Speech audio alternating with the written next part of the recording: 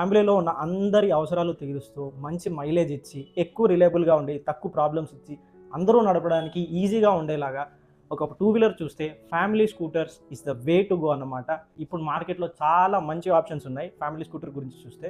ఈ వీడియోలో మనం నా టాప్ 3 బెస్ట్ పిక్స్ గురించి అయితే మాట్లాడుకుందాం. మీరు గనుక ఒక ఫ్యామిలీ స్కూటర్ కొనాలనుకుంటే ఈ లిస్ట్ అయితే మీకు ఖచ్చితంగా నచ్చుతుంది. 3 పిక్స్‌ని అయితే మీకోసం తీసుకొచ్చాను. టాప్ 3 స్కూటర్స్ అన్నమాట. In no particular order. ఏది దేనికన్నా ఎక్కువ కాదు. జస్ట్ మీ యూజ్ కేస్‌ని బట్టి మీ ప్రయారిటీ అయితే చేంజ్ అవుతుంది. ఆలస్యం చేయకుండా వీడియోలోకైతే వెళ్ళిపోతాం. Welcome to understanding automobiles. Video నచ్చినట్టయితే లైక్ చేయండి. మీ టాప్ 3 పిక్స్ ఏంటి? నాతో అగ్రీ అవుతున్నారా? డిసగ్రీ అవుతున్నారా? కింద కామెంట్స్‌లో నాతో షేర్ చేసుకోండి. ఛానల్‌కి అయితే ఖచ్చితంగా సబ్స్క్రైబ్ చేసుకోండి. లేదు వీడియోలో ఎలాంటి ఫీడ్‌బ్యాక్ ఉన్నా కింద కామెంట్స్‌లో నాతో షేర్ చేసుకోండి. నేనైతే ఖచ్చితంగా చదువుతాను. ఈ వీడియో ఇప్పుడు నేను చేయడానికి నాకు మేజర్ మోటివేషన్ ఏంటంటే మన సబ్స్క్రైబర్స్ చేసే కామెంట్స్ అన్నమాట. బ్రో వీడియో చేయమని అయితే నన్ను అడిగారు. అందుకే ఈ వీడియో నేను చేస్తున్నాను. మీకు కూడా ఏదైనా స్పెసిఫిక్ టాపిక్ మీద వీడియో కావాలంటే నాతో కామెంట్స్‌లో షేర్ చేసుకోండి. నేను వీడియో చేయడానికి అయితే ఖచ్చితంగా ట్రై చేస్తాను. Back to the video. నేను ఇంతకుముందు చెప్పినట్టుగా ఇదైతే in no particular order top 3 అన్నమాట. మీ యూజ్ కేస్‌ని మీ ప్రయారిటీని బట్టి చెక్ చేసుకోండి. అండ్ మోస్ట్ ఇంపార్టెంట్లీ షోరూమ్కి వెళ్ళి అయితే టెస్ట్ డ్రైవ్ చేయండి. టెస్ట్ డ్రైవ్ చేసి ఏ బైక్ మీకు ఎక్కువగా గుడ్ ఫీల్ ఇస్తుందో దాన్ని అయితే కన్సిడర్ చేయండి. ఇంకొక మేజర్ విషయం ఏంటంటే స్పెక్ షీట్ చూసి దేంట్లో పవర్ ఎట్లుంది అది ఇది అని అయితే డిసైడ్ అవ్వకండి. ఖచ్చితంగా టెస్ట్ డ్రైవ్ చేసి అయితే ఈ 3 స్కూటర్స్లో మీ బెస్ట్ పిక్ని అయితే సెలెక్ట్ చేసుకోండి. లేదు నేను స్పెక్ షీట్ చూసే డిసైడ్ అవుతాను అంటే లాస్ట్లో మీకోసం అయితే ఈ 3 స్కూటర్స్ది detail spec to spec comparison అయితే డిస్ప్లే చేస్తాను. అది పాస్ చేసి రీడ్ చేయొచ్చు. ఏది మీకు స్పెక్ షీట్ చూసి డిసైడ్ అవ్వాలనుకుంటే.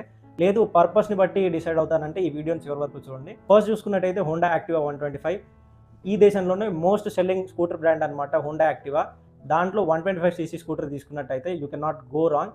ఇది ఎవరికి ఎక్కువగా సూట్ అవుతుందంటే మీకు మెటల్ బిల్డ్ క్వాలిటీ చాలా ఎక్కువ ఇంపార్టెంట్. హోండా రిలయబిలిటీ ఎక్కువ ఇంపార్టెంట్. పర్ఫార్మెన్స్ కొంచెం స్లో ఉన్నా పర్వాలేదు. 10 ఇంచ్ టైర్స్ ఉన్నాయి కదా, అది కూడా నాకు పెద్ద ప్రాబ్లం కాదు అంటే మీరు ఇది కొనొచ్చు. అండ్ ఇంకా ఎవరు కొనొచ్చు అంటే మీరు ఒక షార్ట్ టర్మ్ కోసం స్కూటర్ కొంటున్నారు అంటే మీరు యూఎస్ వెళ్ళిపోతారు ఒక 2-3 ఇయర్స్ తర్వాత.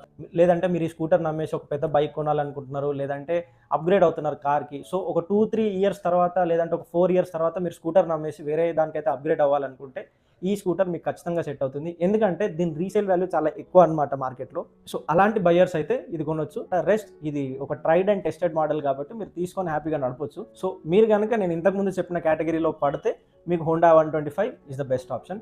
నెక్స్ట్ చూసుకున్నట్టయితే టీవీఎస్ జూపిటర్ 125 ఇది నా సెకండ్ ఆప్షన్.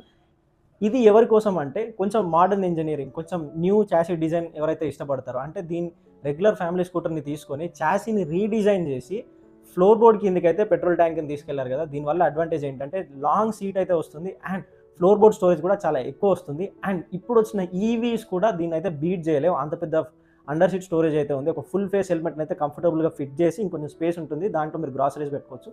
అంత అండర్ సీట్ స్టోరేజ్ అయితే ఉంటుంది.